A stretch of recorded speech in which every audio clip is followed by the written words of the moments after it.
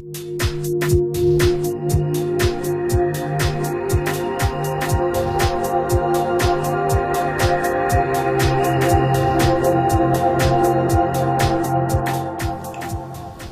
a woman, it's so important that you need to make a difference. And it's so easy to say you must make a difference, but what does this mean to make a difference? Is that you do bring to the party something different. In the workplace, for instance, you don't need to take on the role of a man. You need to feel comfortable in your skin. You need to say into the boardroom, like, I do have children, I would like to go home. That special side of you, you need to nurture that. In politics in itself, is to look at how do you bring people together? How do you bring your inner self, your soft side, your feelings into politics, into that realm where you at least expect for people to nurture and to have emotions. That particular role you need to play as a woman. And it's an extreme significant role because you give birth to a child. And you are not born with culture. You are not born with a language. That is why in South Africa we passionately talk about mother tongue. And as a woman, you bring those particulars into all spheres of life. We all struggle as women because we are born with guilt. We are born all the time that you feel guilty. You need to feel guilty because you are going out of the house to make a living. Then you are always guilty in a sense that maybe the firstborn should have been a man, because we are still driven in this day and age is about the man still plays that leadership role.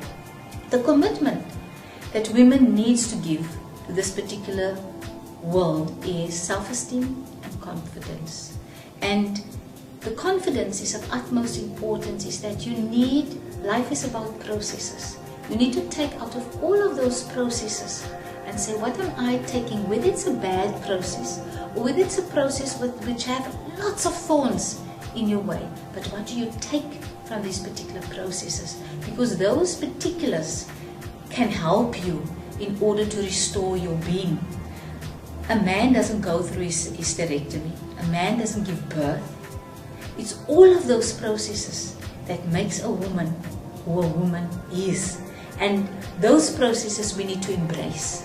We need to say to ourselves that it's celebrating life, but it's also about what life gives you.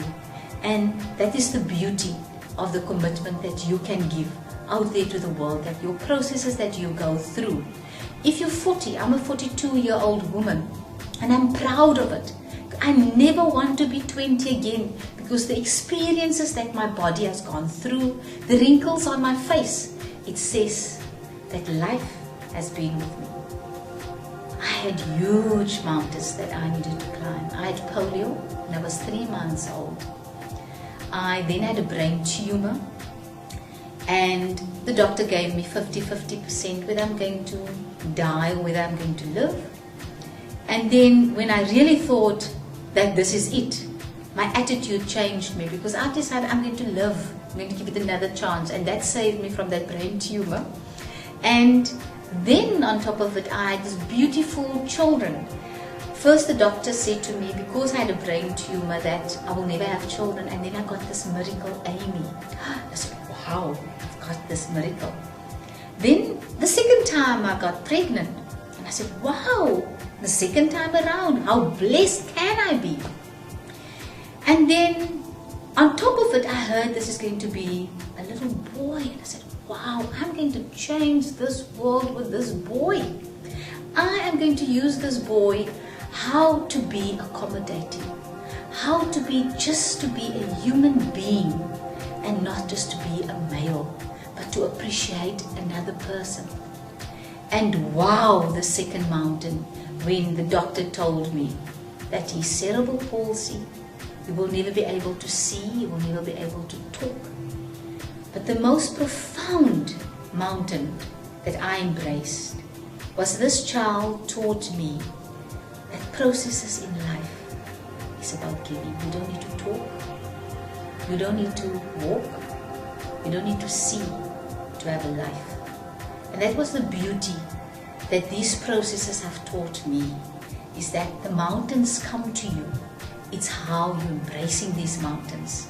You can either live or you can die. And the beauty for me about these mountains is that you can't see in the future. Because if I would have seen in the future, I would have sit in a little corner and say, I will never wake up again. And this is the beauty of life. The beauty of life is to live in that moment, is to appreciate what you have. And every single day, the mountain that's been given to me, no mountain is too difficult for me to climb. Community service is a must. The world is about people. And if another person is not where you are, you must remember you never have achieved anything. If another person is not making it to his next meal, you must remember you as a human being has not made it either. So it's about how are we working together to achieve, not to exist, is to fill our souls.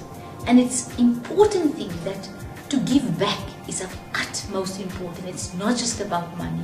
It's not just about material goods. It's very important that everybody needs to have a home, needs to have a place to go and sleep, needs to have food on the table.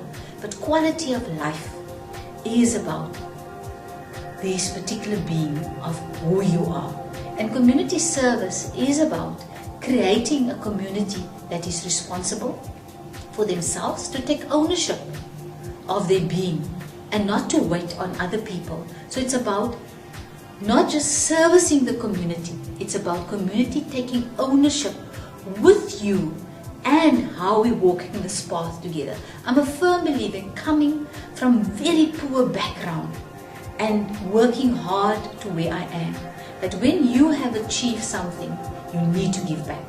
When you give back, you actually receive so much more, because in giving that away, you're not giving power away, you're actually gaining so much more of just being yourself. Because if you give that smile, you're actually smiling into your soul as well. I firmly believe ordinary people has put this path of freedom to South Africa. If I look at Helen Joseph, if I look at Steve Biko, it's ordinary people. If Nelson Mandela, ordinary people that decided to make a difference. I see every single day aunties that's working in the community in the soup kitchens. They're not high-profile persons, but they're making a difference in their community by giving back, by just being there. And those are the people, not the people that's in the newspaper on stages. Those are the people that are the boldest, that are definitely the pillars of our community. So it's very important that your legacy is not just the ones that's been written in the books. It's what you are giving back. And one day you need to stand, you need to think back, what is going to be, what people are going to say in church when you die one day, or wherever you're going to die. You can't take your Mercedes with you, only your legacy, what people are going to remember you for. And sometimes it's the little things that counts, it's not the big things. Healing to the world is about that the I factor mustn't come between the humanity. We are in a crisis in the world as we're sitting here. We let religious determine who we are. We let language, let color of skin determine, and we forget that we're all human beings. Until we come to understand that the human race needs love, needs understanding, we all are diverse. But if we start to embrace each other, if we start to listen, if we start not just to be tolerant, tolerancy is just a word, it's the understanding of what that person is trying to tell us. And all of us needs acceptance in this world. Then that can be a process for healing, because at the end, we all are just human beings.